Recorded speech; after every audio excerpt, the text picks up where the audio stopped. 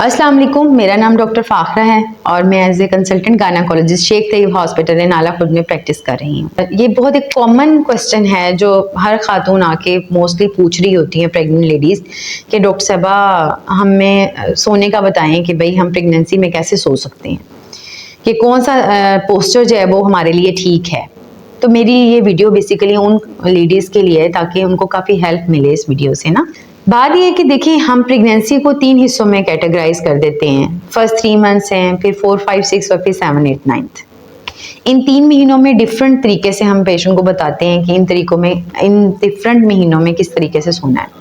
जो पहले 3 माह है जिसमें देखा गया है कि जो हमल है वो चूंकि पेल्विस के अंदर होता है, ओब्वियसली एब्डोमेन में नहीं आया।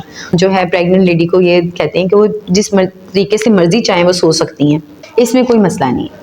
लेकिन अगर एक पेशेंट जैसे चौथे, 5वें, 6ठे महीने में आती है तो उसमें क्या होता है कि जो हमल है वो पेल्विस से निकलकर आपके एब्डोमिनल कैविटी में आ गया होता है।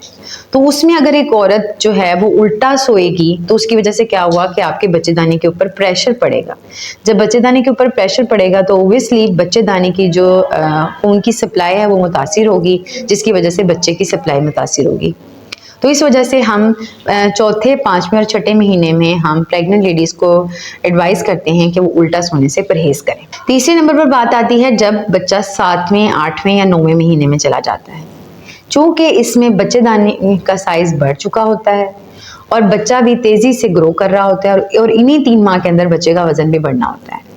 तो बच्चे का वजन बढ़ने की वजह से और बच्चेदानी का वजन बढ़ने की वजह से, चूंकि बच्चेदानी के पीछे एक बहुत मेन वेसल जो है ओटा वो होती है, तो जब एक औरत उल्टा सोएगी या सीधा सोएगी तो उसकी वजह से क्या होता है, तो बच्चेदानी को खून की सप्लाई सही से नहीं पहुंच पाती और जब खून की सप्लाई सही से नहीं पहुंच पाएगी तो बच्चे को सही से खून नहीं मिलेगा क्योंकि प्लेसेंटा की जो सप्लाई है वो मुतासिर होगी, जिसकी वजह से बेबी जो है वो कॉम्प्रोमाइज़ हो सकता है। इस वजह से 7वें, 8वें और 9वें महीने में हम प्रेग्नेंट औरत को ये एडवाइस करते हैं कि वो करवट लेके सोएं।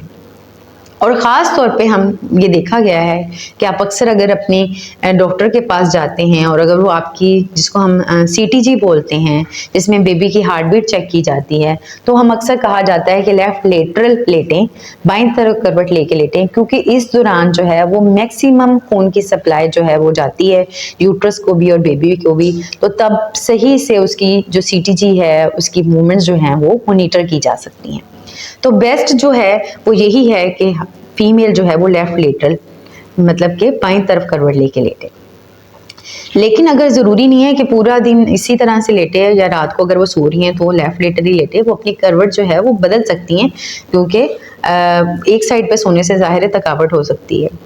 लेकिन मेरे पास जो पेशेंट्स आती हैं अक्सर मैं उनको 9th मंथ में ही ज़रूर कहती हूँ कि जब वो लेटें तो बाईं तरफ करवट अगर लेके लेट रही हैं तो दोनों टांगों के बीच में तकिया लेके लेटें।